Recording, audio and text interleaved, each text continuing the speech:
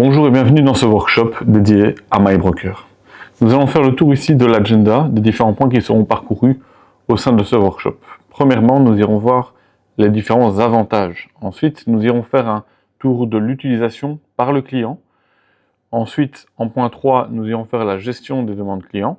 En point 4, une partie de configuration. En point 5, invitation client et autres intervenants. Sixième point, la conclusion. Nous allons commencer par cette première dia sur les avantages de MyBroker. Il est totalement personnalisable. Vous pouvez changer les couleurs de MyBroker et vous pouvez aussi y ajouter votre logo, ce qui permet à vos clients de retrouver votre identité, savoir que c'est vraiment le bon lien qui correspond à votre image. Ensuite, nous irons parler aussi des liens que vous pouvez faire avec votre site internet.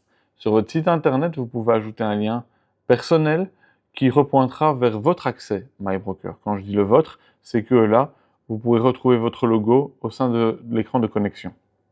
Ensuite, il faut aussi savoir que MyBroker est accessible 24 heures sur 24, 7 jours sur 7. Le client peut se connecter quand il le souhaite et accéder à ces différentes données clients. Contrats, sinistres, si vous avez configuré dans ce sens, en fonction de la quantité de sinistres clôturés ou non que vous voulez afficher, par exemple. Et vous avez aussi la possibilité de donner accès à certains formulaires. Donc le client peut vous poser des questions et ça reviendra directement dans votre brio et c'est accessible 24/24, 7 sur 7. Point suivant, c'est la partie communication facile avec le client. Vous avez un outil qu'on appelle conversation. Je le compare généralement à WhatsApp qui permet d'envoyer des messages, des images et l'avantage de cela, c'est que c'est de manière sécurisée au sein de Brio et MyBroker. Il y a des échanges qui se font facilement entre les deux et de manière sécurisée. Et ça vous permet aussi que quand le client démarre dans son MyBroker d'un sinistre et qu'il ajoute par exemple une pièce jointe, vous pouvez directement l'assigner au bon contexte au sein de Brio, parce qu'il y a le lien qui est fait entre les deux. Et le dernier gros avantage que je vais mettre en évidence ici, c'est que pour que les données soient correctes face au client, c'est que vous devez faire attention à la qualité d'encodage. Et donc, vous ne devez pas créer des doublons dans les objets de risque, parce que c'est moins joli à montrer au client, et c'est moins compréhensible, parce que quand il va aller dans la vue des objets de risque, et qu'il va voir qu'il y a 3 fois le véhicule, s'il rentre dans le premier véhicule, il va voir peut-être qu'un seul contrat, alors qu'il en a peut-être 3 au total. Donc, la qualité d'encodage est vraiment super importante. Faites attention pour que ça corresponde au mieux à ce que le client pourra voir derrière. Voilà pour la partie avantage. Nous allons donc passer maintenant au point suivant, le point 2, l'utilisation par le client. Pour ce faire, je vous propose de nous plonger directement dans MyBroker et de naviguer comme si nous étions un client. Lorsque vous êtes sur le site de MyBroker, il vous est possible de vous connecter de différentes manières. Première possibilité, accéder via It's Me. Il faut savoir que l'option It's Me ici n'est pas payante. Vous ne devez pas payer, vous courtier. C'est Portima qui assume les frais par rapport à la connexion sur MyBroker. Ensuite, l'autre solution, c'est se connecter via un email et un mot de passe, comme on peut l'avoir le plus couramment sur d'autres sites internet par exemple. On met notre email, on retape notre mot de passe et on peut se connecter. Et à partir de là, le client il sera plongé dans son MyBroker. Le premier écran qu'il va avoir, c'est censé être celui-ci. Si jamais il a un écran intermédiaire où il y a 2 logos de courtier, c'est qu'il a donné la même adresse email à 2 courtiers différents. Peut-être que c'est l'ancien courtier et le nouveau courtier, ou c'est peut-être 2 courtiers chez qui il a certains contrats chez l'un, certains contrats chez l'autre. Il devra cliquer sur le bon logo et puis il sera plongé concrètement sur la page de son courtier choisi et qui correspond à cet écran-ci. Lorsque on se trouve sur cet écran, sur le haut de l'écran, vous avez la partie privé et pro. En cliquant dessus, il va montrer que les contrats pro ou que les contrats privés, si le client il a bien sûr accès à des contrats pro. Ensuite, dans la liste déroulante preneur, on peut demander de voir plusieurs clients à la fois, maximum 3. Comment ça se fait que j'ai plusieurs solutions, plusieurs noms qui s'affichent ici à l'écran? C'est que Jory Sébastien, qui vient de se connecter, a le droit d'aller voir les contrats de son époux, son épouse, peut-être son beau-père, etc. Et donc, pour que je puisse aller voir les contrats des autres, il faut que l'autre personne, dans sa fiche client par exemple, ou sur base d'un document tel qu'un mandat, il a accepté qu'une autre personne se connecte sur son profil. Et quand le courtier a ce document complété, il peut donner accès à la personne complémentaire. Ça peut aussi être une société qui donne accès à une secrétaire, un secrétaire pour gérer peut-être les assurances. Et donc là, on aura une liste déroulante sur laquelle il peut naviguer. S'il veut voir que une personne à la fois. Il décoche, et les contrats ici, il en a 9 pour ces 2 personnes. Si je décoche Aude, j'arrive plus qu'à une personne avec 8 contrats. Et donc comme ça, je peux naviguer et voir les différents contrats de ces personnes. Alors quand je dis contrat, c'est pas tout à fait juste parce que j'ai pas regardé dans la bonne case. Ici, c'est dans biens et personnes assurées. C'est un élément qu'on a voulu traduire pour les clients finaux parce que objet de risque, généralement, ne dit pas grand-chose aux clients. Ici, donc, on a dit biens et personnes assurées. Donc, quand je parlais de 9 ou de 8, c'était pas des contrats dans mon exemple, c'était plutôt des objets de risque. Pour voir la partie contrat, vous avez un deuxième onglet ici. En cliquant sur le deuxième onglet, vous allez accéder à des petites tuiles, ou rectangles si vous préférez, où on peut demander de voir tous les contrats, où on peut filtrer les contrats liés à la mobilité, aux biens, à différents packs, vie et finances, etc. Vous n'avez plus qu'à cliquer sur le compartiment choisi et vous accédez directement à la liste ici. Moi, j'ai demandé la totalité des contrats. Le filtre, c'est bien appliqué sur tous. Je peux encore filtrer à partir d'ici si j'ai envie. Donc, je ne suis pas bloqué. Je ne dois pas revenir sur l'écran précédent. Je peux filtrer sur l'écran qui m'affiche ici. Lorsque je rentre dans la vue des contrats, avant de cliquer sur un contrat précis, je peux aussi demander de voir tous les documents liés. Alors quand je dis tous, c'est pas tout à fait juste. Ça dépend ce que vous, courtier, vous avez défini dans la configuration. Si vous avez demandé qu'il ne voit aucun document lié, il ne verra rien. Si vous avez dit il peut voir les documents liés, ça dépend aussi au cas par cas d'embryo. Si vous avez dit il peut voir ce document ou il ne peut pas voir. De base, la majeure partie des documents ne sont pas accessibles par le client et c'est à vous d'aller le valider. Il y a quelques documents types, comme je donnais un exemple, lorsque vous recevez un bloc retour de la compagnie pour un contrat, le contrat lui-même, le client pourra le voir. On appelle aussi conditions particulières. Le client pourra avoir accès, sauf si là, à ce moment-là, vous décochez cet accès-là au client. Mais de base, c'est un élément qui est actif. Si je veux voir plus de détails de mes contrats, j'ai déjà une liste pas mal ici qui s'affiche à mon écran. J'ai le logo de la compagnie, il me dit quel domaine c'est, une référence, le véhicule, marque modèle, montant, périodicité annuelle, etc. Donc on a déjà une belle petite vue. Il y a des petits boutons qui s'activent ici, qui permettent directement de se plonger sur le site de la compagnie, par exemple. Si vous voulez rentrer dans le contrat, mais via MyBroker, vous cliquez sur le rectangle à l'écran du contrat, et il va voir plus de détails. De nouveau, ça dépendra de votre configuration. Si vous avez dit qu'on peut voir plus de choses ou moins de choses, on les affiche en fonction de votre configuration au sein de Brio. Ici dedans, vous avez quelques détails qu'on avait sur l'écran précédent.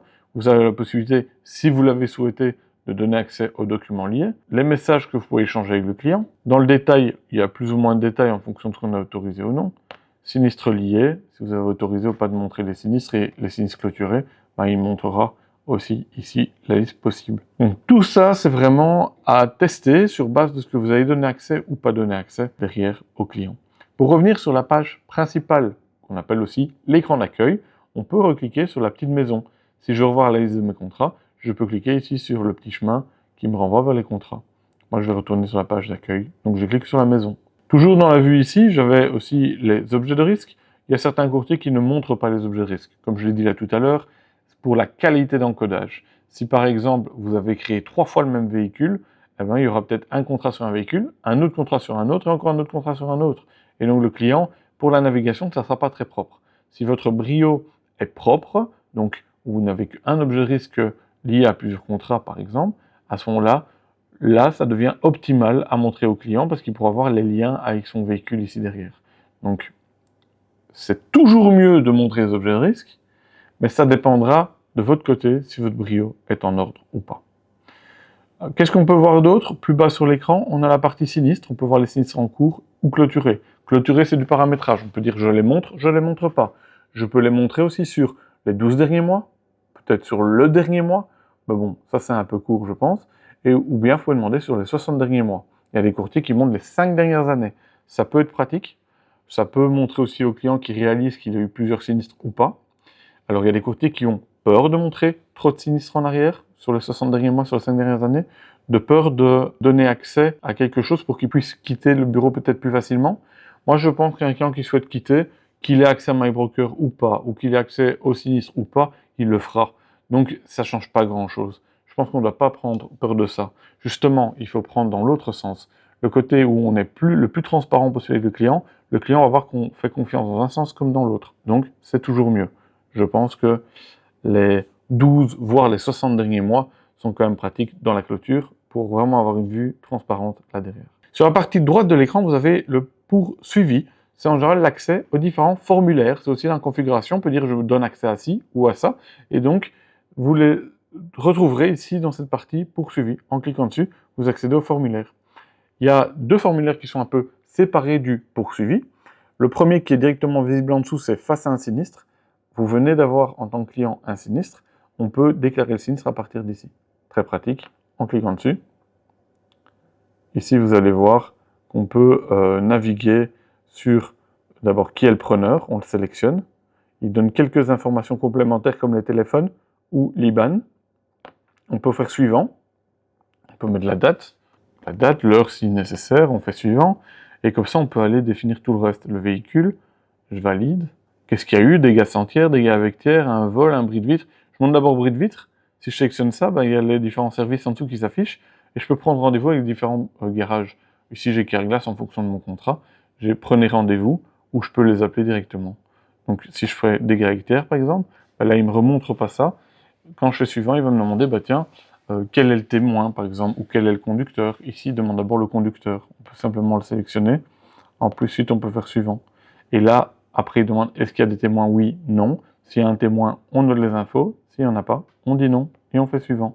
Et comme ça, on peut passer en revue les différentes étapes. À la dernière étape, quand on aura tout encodé, lorsqu'on arrive sur la toute dernière étape, il fait un récap de tout ça. Et lorsque je fais suivant, hop, ça s'en va directement sur Brio, dans les sortes de blocs retours qui reviennent de MyBroker. C'est ce qu'on appelle les demandes MyBroker pour utiliser le vocabulaire exact de Brio. Donc je peux faire fermer et ça revient donc ici, sur cet écran qu'on vient de naviguer, c'est la page d'accueil. Ensuite, il y a encore un formulaire qui est un petit peu caché, ça dépend aussi de si vous l'avez ou pas autorisé au client. Il se trouve ici, demande assurance auto. Là-dedans, on a créé ce formulaire à la base. Pourquoi? Pour pouvoir être lié avec Brio Compare, un outil tarificateur qui est quand même vachement utile pour gagner du temps lorsque vous souhaitez tarifer sur plusieurs compagnies, par exemple. Et donc, on a créé ce formulaire pour qu'on reçoive derrière un bloc d'informations du client sur tout ce qu'il a par rapport à son véhicule et qu'on puisse lui faire un multitarif. Ici, si vous n'avez pas l'outil Brio Compare, c'est pas grave. Vous pouvez aussi utiliser l'outil pour recevoir les informations du véhicule et puis ensuite vous faites de la tarification comme vous avez l'habitude de faire. Donc, on peut même sortir du cadre Brio Compare et utiliser le formulaire sans difficulté. Ça créera le véhicule à la fin de la procédure au sein de Brio. Vous n'avez juste qu'à choisir donc en tant que client quel est le conducteur, le véhicule. Est-ce que c'est le véhicule actuel? Alors là, il donne la liste.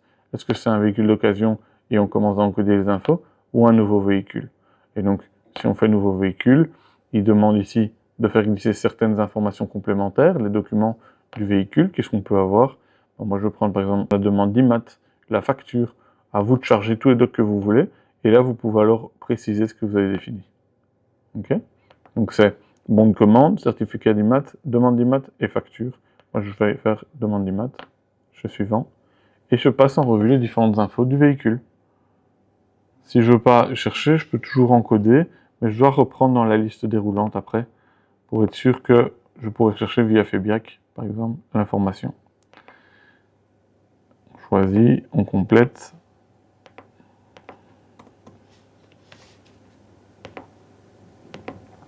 Donc tout ça, vous lisez différentes infos, nombre de kilomètres par an, on peut faire une estimation si on fait, par exemple, l'assurance au kilomètre, l'utilisation, si on clique si c'est usage illimité ou restreint, récupération de TVA, etc., etc. Je pense que toutes ces questions-là, vous maîtrisez.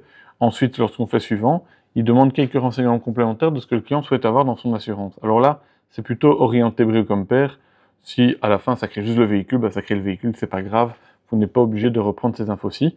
Mais dans Brio Compare, l'avantage, c'est qu'il passe déjà quelques étapes et vous plonge quasi direct dans la grille tarifaire, ou du moins dans la composition des produits du client à ce niveau-là. Si le client préfère lui-même aller cocher les options de ce qu'il souhaite ou pas, il va dans la deuxième colonne et il fait le petit V à côté des éléments qu'il désire avoir.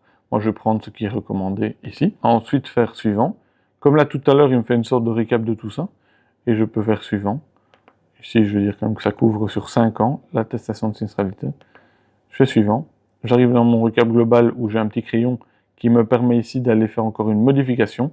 Et si je fais suivant, le formulaire est envoyé aussi dans cette sorte de bloc retour des demandes via MyBroker. Très utile, l'échange entre clients et courtier. Voilà pour la partie formulaire qui est accessible directement ici. Je ne vais pas tous citer, je ne suis pas rentré dans chacun d'entre eux, mais vous avez vu vraiment, il y a des champs, on les complète, on fait suivant, le courtier reçoit derrière l'information. Je pense que c'est très utile de travailler par cette méthode-là, parce que les champs complétés vont directement se mettre dans les bonnes cases au sein de Brio, donc facilité pour le courtier, et le client, compléter un formulaire, je pense que c'est pas très compliqué pour lui de faire cela. Sur le haut de l'écran, je n'avais pas encore fait le tour, mais on a les informations du bureau de courtage qui est défini dans la configuration de MyBroker. L'adresse du bureau, le téléphone, l'email général et le lien vers le site. Tout est cliquable et via votre téléphone, ce sera la même chose. C'est cliquable, c'est juste que comme c'est responsive, l'écran va juste réadapter. Si je clique ici sur la petite flèche à côté du nom du bureau, je peux retrouver une petite info qu'on aura mis dans la configuration. Et alors l'adresse, le téléphone et autres. Si je clique sur le téléphone, je peux directement appeler. Si je clique sur l'adresse, ça peut envoyer vers un GPS par exemple. Et donc voilà, on a des accès. Si on a plusieurs courtiers, en cliquant sur cette petite flèche, tout en bas ici, vous aurez l'icône du courtier, donc le logo avec ses renseignements, son nom. Quand vous cliquez dessus, ça bascule vers l'autre interface avec les contrats de l'autre courtier. Donc c'est possible d'avoir plusieurs courtiers sur base d'une même adresse email accessible ici. Si c'est un ancien courtier et que ça vous dérange que le client ait accès à son ancien courtier, il faut demander au client de réclamer d'être supprimé de la base de données de l'autre courtier pour qu'il n'ait accès que à votre MyBroker. Ou l'autre solution, c'est qu'il se connecte sur une autre adresse email. C'est peut-être pas la plus adaptée. Moi, je préfère l'idée où on va demander via le RGPD d'être supprimé de la base de données de l'ancien courtier, par exemple. Ou du moins qu'il retire l'accès MyBroker quand il va sur la fiche de son preneur. Comme là où il aura donné accès au client, il pourra supprimer l'accès facilement. Voilà pour cette partie-ci. En haut à droite, on a aussi un écran de recherche. On peut rechercher un nom, une adresse, quelque chose. Le nom du client, c'est un peu moins utile, sauf si maintenant c'est quelqu'un qui est repris dans les objets de risque. Mais dans les contrats, on peut taper un numéro de police, on peut taper auto, on peut taper une plaque, on peut taper pas mal de petites choses lors de cette recherche ici. On a aussi le petit bonhomme qui permet de retrouver nos documents liés, les différentes demandes qu'on a faites à notre courtier. Donc si on clique dessus, ça montrera les détails de ce qu'on peut voir des documents liés, de ce qu'on a interagi avec son courtier et où ça en est, si c'est en attente, entraînement, fini, donc clôturé. On peut aussi cliquer ici pour qu'il filtre directement en fonction de l'étape dans laquelle il est. On a aussi la possibilité de déclarer un changement d'adresse en cliquant ici. On peut faire le changement d'adresse et on peut dire si ça concerne les personnes qui habitent sous le même toit aussi. Généralement, les personnes qui font partie du groupe famille qu'on pourra retrouver à ce niveau-ci. Et on confirme quand on a mis l'adresse, ça renvoie directement l'info au courtier. Mes accès preneurs, c'est quand il a accès à plusieurs personnes, il peut se mettre dans la fiche de la personne. Et dans la fiche de la personne, il peut aller modifier des renseignements, un téléphone, une adresse, des renseignements sur le preneur, etc. Donc tout ça, il peut aller modifier. Et si maintenant son épouse, par exemple, vient d'accoucher, a un enfant supplémentaire, on peut faire ajouter membre de la famille et il peut directement l'encoder à partir d'ici. C'est aussi pour déclarer des fois des enfants que le courtier n'était pas au courant et qu'il aimerait bien faire une assurance dessus de ça. C'est des choses qu'on peut aller mentionner dans les relations sur le bas de l'écran. C'est juste un bouton ajouter. Hop, vous encodez le type, conjoint, enfant, parent, le nom, le prénom. Donc je vais mettre enfant, j'invente, nom de famille, comme ceci. Il demande encore plus de renseignements. La petite étoile, c'est là où c'est obligatoire. Petites étoiles, c'est là où c'est obligatoire.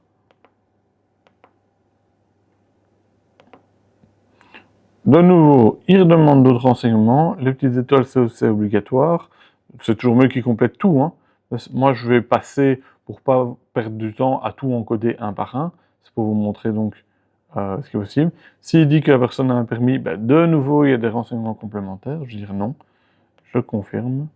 Et là, hop, dans la liste, on a la personne complémentaire en attente qui doit être validée dans les demandes MyBroker du bureau de courtage. Voilà, je retourne via le petit bonhomme. J'avais été dans mes accès preneurs, j'ai cliqué sur la personne pour pouvoir accéder et modifier ou ajouter des renseignements complémentaires.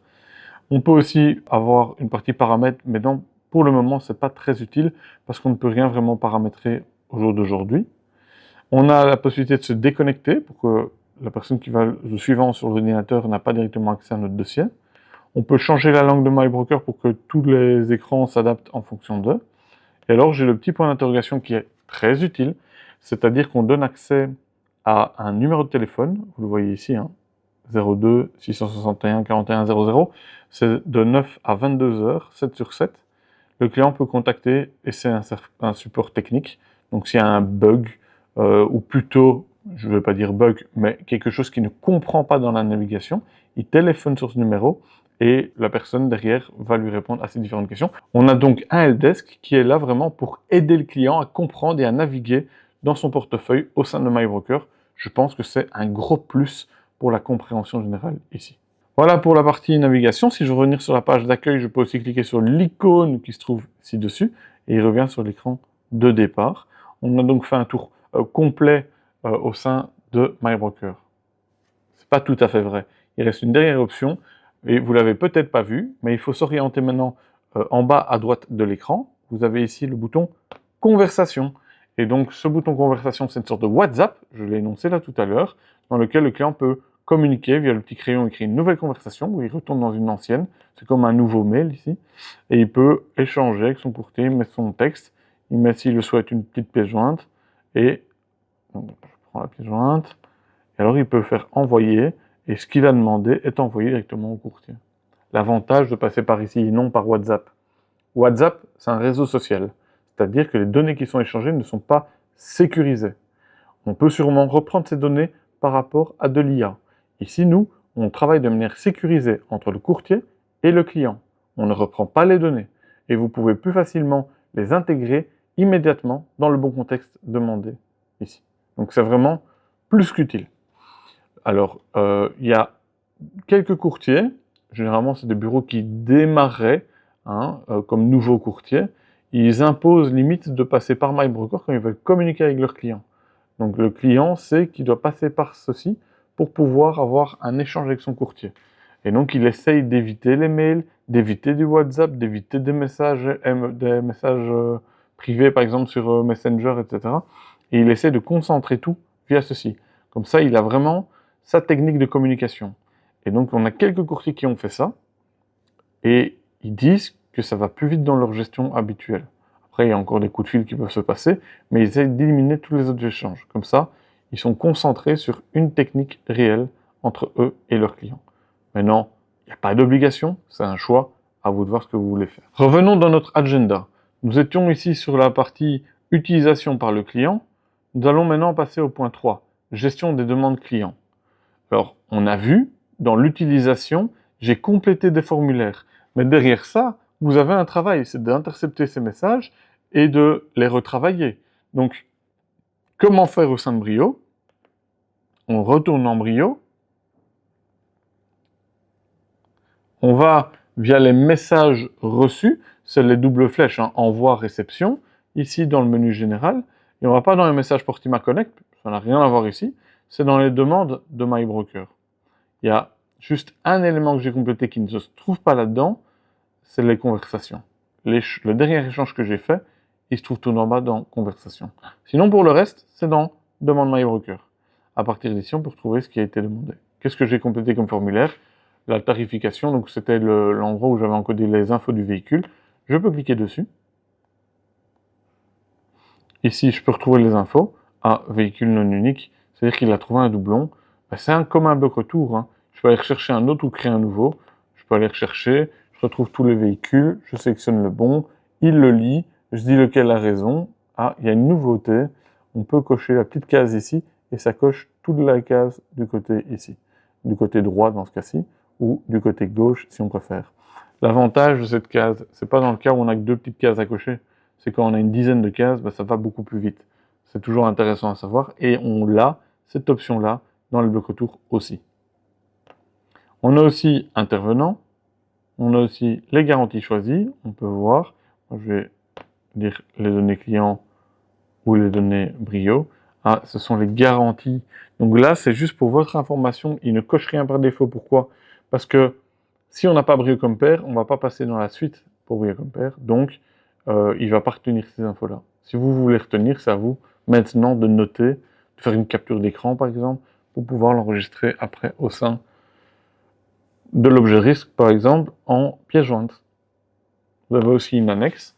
Qu'est-ce qu'il fait? La facture qu'on nous a envoyée et la demande de tarification avec tous les renseignements.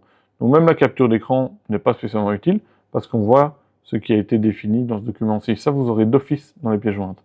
Donc même la capture d'écran que je disais ici ne sera pas trop utile dans ce cas-ci. Vous avez commencé une tarification dans BrioCompare si vous voulez que directement il enchaîne dedans. Vous avez la possibilité de créer une activité pour que le pop-up s'ouvre à la suite ici. Et je peux demander de créer l'objet de risque comme un objet actif. Si je décoche, il ne sera pas actif. Si je le coche, il sera actif. Mais là, comme il se lie sur quelque chose d'existant, parce que je viens de le relier au véhicule existant, donc peu importe après dans quel onglet je suis, je ne peux pas cocher ça parce qu'il est déjà actif. Donc ça, c'est bon, je n'ai rien d'autre à faire à ce niveau-ci. Dans le menu de gauche, je peux me demander de voir tous les différents si j'ai envie, mais ça c'est comme dans un bloc retour. Par contre, moi, ce qui m'intéresse à ce niveau-ci, c'est simplement d'enregistrer pour mettre à jour et continuer les étapes. Ensuite, j'ai « Voulez-vous intégrer la demande de tarification ?» Je peux dire oui. Il crée aussi l'activité que j'avais définie, j'enregistre. Elle est clôturée par défaut. Et il demande si je veux ouvrir la tarification, donc basculer vers BrioCompare. Pour que ça fonctionne, il faut avoir bien sûr les droits ou pris l'option BrioCompare. D'ailleurs, c'est pas très cher, mais ça, je vous invite à aller vers votre sales. Ici, je peux demander de ne plus afficher ce message ou pas. Pour le moment, BrioCompare fonctionne uniquement pour les véhicules en tourisme et affaires. Je vais donc fermer le message. Il vous dit de faire attention à un détail, c'est quel compte producteur. Il demande de faire attention à un détail très important, c'est quel compte producteur il va prendre. Et donc je ferme et on peut passer en revue les étapes. Moi je vais m'arrêter là. Ce n'était pas le but de l'exercice d'aller vers BrioCompare, mais c'est pour vous montrer que l'enchaînement se crée automatiquement quand on a l'outil qui est disponible ici. Voilà pour la partie gestion des demandes. Donc tout ce qui rentre, on enregistre, ça se met directement dans Brio. C'est super. On ne doit plus tout réencoder manuellement quand on peut travailler main dans la main avec son client. Ensuite, en quatrième point ici à l'agenda, comme vous pouvez le constater, on va parler de la configuration de MyBroker. Normalement, c'est le premier truc qu'on fait, sinon on ne peut pas donner accès. Mais comme je voulais d'abord vous montrer les navigations, je l'ai mis par la suite pour corriger ce qui est déjà mis en configuration. Comment faire? Je vais m'orienter donc ici vers Brio. Je vais aller dans le menu vers MyBroker et là-dedans, j'ai l'option Configuration. Je clique dessus. Dans cette option, j'ai différents onglets. Pour les modifier, je clique sur Modifier et je peux aller changer. Si moi je ne veux pas voir le nom 88040 devant, rien ne m'empêche de déliter ça et d'enregistrer ensuite. On n'aura plus cet élément. Moi je vais le laisser par rapport à moi et mes collègues. On peut changer les autres informations si nécessaire.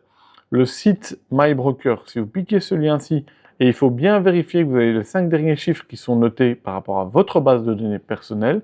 Si vous copiez ce lien, vous pouvez mettre le lien sur votre site internet et ça donnera un accès direct sur votre page à vous. Et donc, vous allez voir dans Gérald 2 qu'on peut mettre un logo, un texte de bienvenue, etc. Il y a certaines choses qui vont être reprises. Si vous allez sur votre site, votre logo, votre nom de bureau et les contacts, le petit mot d'accueil, on l'avait vu là tout à l'heure quand on était dans MyBroker, ici, vous avez le petit mot d'accueil qui se trouve ici. Et tout ça, ça fait partie de la configuration qu'on peut faire, ajouter un fichier, mettre le petit texte, et on peut parcourir les autres. Un des éléments les plus importants, c'est d'aller dans l'onglet Accès. C'est savoir qu'est-ce qu'on autorise au client de voir ou de ne pas voir. Et donc c'est là où c'est à vous de jouer et d'aller cocher ou non les infos. On peut donner accès aux données clients, la vue générale ou détaillée. Quand on fait détaillé, généralement, il propose les 3 cases suivantes, mais il donne aussi plus de détails sur notre client. Ça me semble logique qu'on lui donne accès. Les activités relatives au preneur, si on a peur de donner des activités qu'on ne voulait pas lui donner, on peut décocher. Mais ce qu'il faut quand même savoir derrière tout ça, c'est que lorsque vous allez sur un client, et quand vous créez une activité, je vais partir du preneur, mais c'est le même concept à partir d'objets, risques et contrats, quand je crée une activité, par défaut, le client ne voit pas ce que vous notez, parce que la case visible dans MyBroker n'a pas été cochée. Donc, ça veut dire que même si vous laissez visibles les activités, La majeure partie ne seront pas visibles parce que vous ne pensez pas aller cocher la case. Donc ça sera à vous en plus individuellement, aller dire je veux que cette case-là soit cochée si vous voulez montrer l'activité en question. Okay, donc ça c'est très important à savoir. Si vous décochez ça, il ne peut rien voir du tout. Si on le coche, c'est uniquement si dans l'activité vous avez coché visible dans MyBroker. Sur le preneur, on peut aussi dire qu'il y a un gestionnaire qui est lié au client ou un délégué commercial ou les deux. Si votre bureau fonctionne comme ça, vous pouvez dire que le client peut voir qui est lié à son dossier. Dans la même idée, on peut dire montre-moi les objets de risque ou bien ne montre pas les objets de risque. Et si je veux les voir, je peux demander de montrer les détails ou pas. Et je peux demander de montrer les activités ou pas. Ça, c'est ce que je disais, qu'il y a des courtiers qui n'ont pas encore leur portefeuille bien correctement mis à jour. À ce moment-là, ils peuvent décocher pour ne pas montrer les objets de risque. Nous, on conseille de les montrer, mais pour ça, je répète, il faut un portefeuille propre. Et c'est pour ça que c'est peut-être important de suivre le workshop qui permet de faire du nettoyage là derrière. C'était le workshop qu'on aurait pu suivre. Dans les contrats, on peut montrer les contrats, mais là, on oblige maintenant. Au tout départ de MyBroker, ce n'était pas le cas, mais on se dit à quoi sert MyBroker s'il ne peut même pas voir ses contrats. Donc ça, c'est par défaut coché. Mais c'est à vous de dire si on voit les détails, si on voit les contrats autres producteurs. Pour faire la parallèle avec ça, dans contrat, quand vous créez un contrat, vous êtes dans le menu de gauche, créer contrat, vous avez la possibilité de créer les contrats aussi via autres producteurs. Deuxième ligne ici sur ma souris. Ça permet d'encoder les contrats que le client a chez un autre courtier, par exemple, ou en direct à la banque. Et donc ça permet de ne pas l'embêter chaque année en disant « Ah, tu passerais l'incendie chez nous ?» Oui, mais la banque a mon crédit, donc je ne peux pas. Ou bien de savoir que, par exemple, c'est l'immeuble qui se charge de payer les assurances pour le contenu pour le bâtiment du moins. Et donc, on sait avec qui communiquer en cas de litige ou quoi par rapport à une des assurances que vous traitez peut-être. Donc là, ça peut être très important de les encoder. Tout ça pour vous dire, est-ce qu'on les montre ou pas au client? C'est par ici qu'on peut les cocher. Donc c'est à vous de lire les options. Les références URL par rapport aux conditions générales, quand vous allez dans un contrat, vous pouvez ici dans conditions générales soit aller les noter manuellement, soit certains blocs autour vont les encoder par défaut. Donc si vous avez le bloc autour qui le met dedans, tant mieux. Et donc vous pourriez dire je donne accès. Il y a des courtiers qui disent je ne donne pas accès parce que comme c'est pas automatique dans tous les blocs autour, je préfère montrer la même chose pour toutes les compagnies. Il y en a qui disent je les montre. En fait, quelle est votre obligation pour la FSMA? C'est ça qu'il faut se poser comme question. La FSMA impose de donner accès aux conditions générales des compagnies. Donc qu'est-ce qu'on peut faire? Sur votre site internet, vous pouvez donner accès par exemple à Sector Catalogue. Je rouvre un nouvel onglet pour vous montrer. Moi dans Google, je tape Sector Catalogue et ici je vois conditions générales. Sector avec un O, catalogue avec un G à la fin. Je clique sur conditions générales et ce lien-ci, hop, on peut le copier et on peut le mettre sur son site internet et le client pourra chercher dans toutes les compagnies les différents domaines et le type de document qu'il cherche. Et en cherchant, ici comme je n'ai pas filtré sur une compagnie ou quoi, il va me donner en cliquant dessus toutes les compagnies. Ah super, il me montre même les compagnies qui ne sont pas censées être liées via bloc retour. DKV est dedans, donc vous pouvez retrouver les différents documents aussi. Donc si ce lien-ci, vous l'ajoutez à votre site internet ou que vous communiquez au client, exemple, vous le mettez dans votre signature email, voir conditions compagnie 2 points et vous mettez le lien, eh ben, vous êtes couvert par rapport à l'obligation de donner accès aux conditions générales. Donc, vous n'êtes pas obligé de, sur chaque contrat, aller les mettre, malgré que on ne les reçoit pas toujours via bloc retour. Est-ce qu'on montre les activités, le gestionnaire, délégué, tout ça on peut aller compléter. Ici, est-ce qu'on montre les clôturés ou pas en niveau sinistre? Si oui, sur combien de mois en arrière? 12 derniers mois, 60 derniers mois, plus, moins, à vous de choisir. Vous voulez pas, vous décochez. Donc ça, c'est vraiment vous qui allez définir ce que vous donnez accès ou non. Les documents liés, on peut donner accès à, c'est un peu comme les activités. Si on veut donner accès aux documents liés, par exemple ici, on voit qu'il y a un qui a déjà MyBroker, ici, parce qu'il y a le symbole qui est repris. Si je veux donner à celui-ci MyBroker, accès à MyBroker, à ce document-là, je fais rendre visible, et là, on voit qu'il a mis. Donc clic droit, et on a rendre non visible ou rendre visible en MyBroker. Donc ça, c'est très important. C'est ce qui correspond ici à la partie documents liés. Si vous avez activé les activités dans Preneur, Contrat, Sinistre, vous pouvez dire que vous voulez, à partir d'aujourd'hui, moi j'ai utilisé la lettre D de date, il mettrait la date du jour à l'intérieur, et puis on enregistre, et il ne montrera pas toutes les activités qui sont avant cette date-là. Donc on ne risque pas trop de risquer gros d'afficher des choses qu'on ne voulait pas au client. Si on a la compta, on peut montrer les factures, enfin soit, on peut mettre pas mal de petites options, comme vous l'avez constaté. Aussi, pour la carte verte, même si ça a changé de nom, on l'a laissé tel quel ici, on peut demander que le client nous envoie une demande directement à nous, courtiers, ou en direct à la compagnie. Ça fonctionne pour les compagnies qui fonctionnent avec les MPB. Et alors, on peut demander, il n'affiche pas de bouton pour le client. Et ce bouton-là, je ne l'ai pas montré là tout à l'heure, parce qu'on avait navigué sur pas mal de choses, mais je n'avais pas vraiment été dans les objets de risque. Et en affichant tous les objets de risque dans la vue du client, on peut avoir à côté du véhicule un bouton qui demande carte verte à ce niveau-là. On pourrait le faire. On pourrait l'activer. Ici, on ne l'avait pas activé. Et donc, je n'ai pas l'option à ce niveau-ci. Si je vais dans les formulaires, je peux dire au client qu'il peut compléter des données complémentaires, modifier les données personnelles, changement d'adresse, ajout d'un nom de la famille, déclaration de sinistre. Tout ça, on peut dire je lui donne accès, je ne donne pas accès. RC décennal, ça va marcher surtout pour les entrepreneurs et pas pour un particulier. Donc à ce moment-là, qu'est-ce qu'on va faire? On va aller sur le preneur. On va aller dans MyBroker pour l'inviter par exemple. Et quand on veut l'inviter, ici on a des options. On a déclaré travaux RC décennal. Oui, je veux qu'il ait le formulaire. Non, je veux pas qu'il ait le formulaire. Donc même si j'ai dit il faut le formulaire, il faut encore donner accès à ce formulaire. Et je répète, généralement on donne accès aux entrepreneurs. Comme ça, quand ils sont sur un chantier, ils peuvent directement compléter le formulaire. Et ce formulaire, dans la vue du client, il se trouve dans le poursuivi à ce niveau-ci. Salaire indépendant, demande de tarification, tout ça on peut les activer si nécessaire. Communication, c'est le conversation. Est-ce qu'on donne ou pas accès? Et dans les préférences, on peut demander qu'à chaque interaction avec le client, c'est le client qui demande de changer quelque chose, ça me crée un PDF d'embryo pour savoir que c'est une demande client. Ici, je peux garder une sauvegarde de toutes les connexions clients si je coche. Si c'était décoché, cochez-le. Si c'était déjà coché, ne touchez pas. Comme ça, il garde la plus ancienne date à ce niveau-ci. Envoyer email, c'est plus une obligation. Créer une activité, ça c'est plus vraiment lié parce que c'est une sorte de WhatsApp qu'on a ici au sein de MyBroker.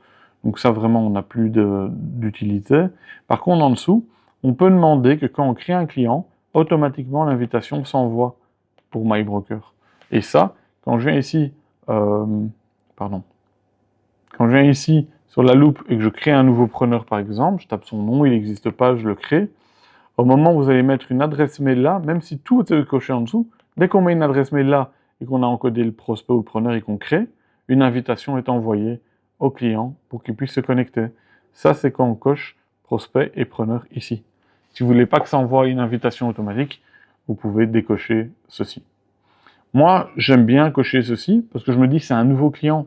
On risque pas grand-chose vu qu'il a une fiche propre. Je viens de la créer et maintenant, je fais attention à comment j'encode.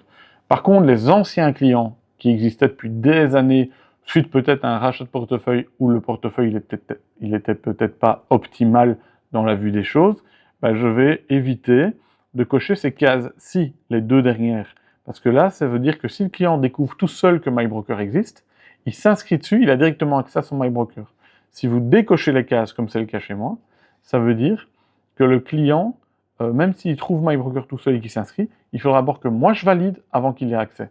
Et là, je préfère pour les clients qui trouvent tout seuls l'option et que ce sont des anciens clients à ce niveau-ci. Dans la partie lettres, on voit toutes les lettres qui sont accessibles par rapport à MyBroker.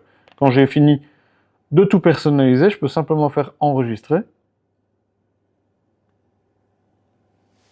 Et là, il me demande si je suis sûr de vouloir mettre à jour. Je lui dis oui. Et là, je dis OK pour qu'il mette exactement comme j'ai demandé sur tout le monde. Là, il crée ce qu'on appelle un traitement batch. On clique sur la ligne et le traitement batch dit que la configuration a été appliquée pour tout le monde. Maintenant, si je reprends mon preneur que j'ai invité déjà et que j'aimerais changer son paramétrage à lui, donc lui, il est déjà invité, il a déjà accès, on voit qu'il est actif. Ici, j'ai paramètres.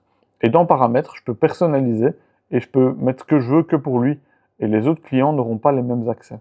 Donc, je peux personnaliser aussi sur le preneur, dans l'onglet MyBroker, quand il est déjà invité, j'ai paramètres qui s'affichent à ce niveau-ci.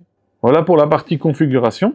Maintenant, pour la partie inviter client, je vous ai montré dans la configuration que si on cochait des cases, une invitation s'enverra automatiquement. Maintenant, ce qu'on peut aussi faire, c'est simplement aller sur un client, aller dans l'onglet My Broker et proposer l'outil en dessous inviter. Bah, ici, j'ai pris un client qui avait déjà accès, donc je vais prendre quelqu'un qui n'a pas accès. Ici, c'est un preneur. Je peux aller dans My Broker et je peux faire inviter. Pour que ça marche, il doit avoir une adresse mail. L'adresse mail, je peux l'encoder par ici si j'ai envie. Donc si je l'invite, je crée son mail et je dis aussi que c'est le même mail pour la facturation. Si c'est pas le cas, je décoche, j'enregistre. Donc le mail se met ici, le mail de communication. Là maintenant, je peux l'inviter, je peux faire inviter, oui, et le client il aura accès. En tout cas, il pourra se connecter, il recevra un mail, il va cliquer sur le lien et il pourra simplement, cliquer sur le bouton pour créer son mot de passe et il aura accès à My Broker. Si on veut voir le preview, il y a le petit œil ici qui montre qu'est-ce qu'il voit avant que je l'invite, par exemple. Ça peut être pratique, le petit œil. C'est un preview qu'on a de la vue du client. Paramétrage, comme je viens d'expliquer. Réinviter s'il n'a pas bien reçu le mail ou il ne le retrouve pas. Et si on veut simplement supprimer l'invitation parce que lui, on se dit, mince, je ne voulais pas l'inviter, ben, je peux faire la petite poubelle. Ça retire, enfin, on ne sait pas reprendre le mail, mais le lien en tout cas ne fonctionnera pas pour avoir accès à My Broker. Si maintenant on veut inviter d'autres personnes, ici on peut dire par exemple autre rôle, on peut prendre, je sais pas, par exemple prospect, je prends un prospect, hop, ici, je vais dans My Broker, c'est la même procédure, je clique sur My Broker, inviter oui, l'email est envoyé, et il peut se connecter. Voilà. Pour la partie invitation, c'est très court, très facile, le client a accès très rapidement à My Broker. En 6e point, on parlait de conclusion. On va mettre peut-être en avant ici certains points d'attention avant d'inviter votre client, avant de passer à la conclusion. Première chose, est-ce que la fiche client est complétée et signée? Parce que c'est sur cette base de l'adresse mail qui est dans la fiche client qu'on va inviter notre client. Deuxièmement, est-ce que ces contrats sont à jour dans Brio? Troisièmement, description des objets risques. Est-ce qu'elle est correcte? Est-ce qu'il n'y a pas de doublon, comme je l'ai cité tout à l'heure? Ensuite, est-ce que les sinistres, on veut les voir? Oui. Est-ce que tout est bien décrit comme il le faut pour que ça soit propre pour le client? Est-ce que les documents liés, on les montre? Est-ce que les activités, on les montre? Si oui, lesquelles? Et le petit œil que je viens de vous montrer, le preview, pour aller visualiser d'abord avant de donner accès au client. Comme ça, on est sûr de ce qu'il peut voir et on a moins de risques qui voient des choses qui ne sont pas bien faites au sein de votre Brio, par exemple. Je pense que on a fait les points essentiels avant d'inviter votre client. Je vous ai montré comment inviter le client concrètement. On va passer maintenant au dernier point, la conclusion. Dans la conclusion, je vais surtout faire ressortir un élément important, c'est qu'il existe, je vous l'ai déjà dit, un support pour vos clients. Vous pouvez donner accès à notre assistance technique qui est accessible 7 sur 7, 24 sur 24, au numéro suivant 02 661 41 00, comme vous pouvez le voir ici à notre écran. Ça, c'est super important, en plus de donner accès à vos clients. Après cela, on va aller maintenant sur notre slide qui vous rappelle que sur myportima.com, vous avez des tutos, des formations, enfin soit pas mal de choses qui vont vous aider à améliorer vos connaissances. Et vous avez aussi le Broker Contact Center au sein de nos bureaux qui répondront à vos questions si vous avez la moindre question ici. Je vous remercie d'avoir suivi ce workshop. J'espère qu'il vous aura plu et qu'il vous aura appris des choses. N'hésitez pas à nous revenir si vous avez des questions ou encore à suivre les différents tutos et formations en ligne. À bientôt. Au revoir.